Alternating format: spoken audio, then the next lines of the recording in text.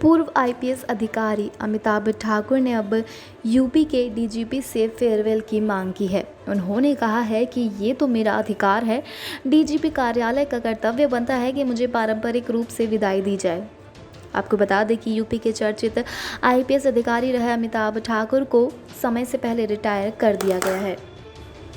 अनिवार्य सेवानिवृत्ति दिए जाने के बाद पूर्व आईपीएस अधिकारी ने अब यूपी के डीजीपी से फेयरवेल की मांग की है। इससे पहले वे अपने आवास के बाहर जबरिया रिटायर का बोर्ड लगाकर चर्चा में आ चुके हैं। अब उन्होंने पत्र लिखकर कहा है कि वे भी उसी आईपीएस सेवा के सदस्य थे जिसके लिए सभी अफसरों को डीजीपी कार्यालय ने पारंपरिक रूप से विदाई दी थी।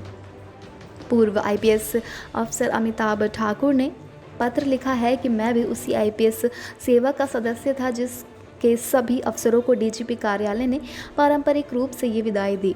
इस रूप में ये मेरा अधिकार और डीजीपी कार्यालय का कर्तव्य है कि मुझे इस प्रकार की विदाई दी जाए।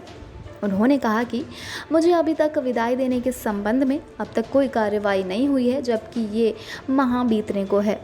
अतः मैं उपरोक्त तथ्यों के संदर्भ में स्वयं ही ये अनुरोध कर रहा हूं कि कृपया उत्तर प्रदेश पुलिस में पारंपरिक रूप से स्थापित इस प्रक्रिया के अनुसार मुझे भी यथाशीघ्र फेयरवेल डिनर के माध्यम से पारंपरिक विदाई प्रदान करने की कृपा करें। आपको बता दें कि अमिताभ ठाकुर अपनी नौकरी के दौरान सरकारों के खिलाफ मुखर तरीके से बोलने के लिए चर्चित रहे। अखिलेश सरकार में मुलायम सिंह से विवाद ऑडियो वायरल होने के बाद वे निलंबित कर दिए गए। इसके बाद अमिताभ ठाकुर ने अखिलेश सरकार के खिलाफ मोर्चा खोल दिया था। उनकी पत्नी नूतन ठाकुर भी कई मुद्दे पर सरकार को कटघरे में खड़े करती रही है। अमिताभ ठाकुर 1992 बैच के आईपीएस अधिकारी और साथ साथ कवि व लेखक हैं।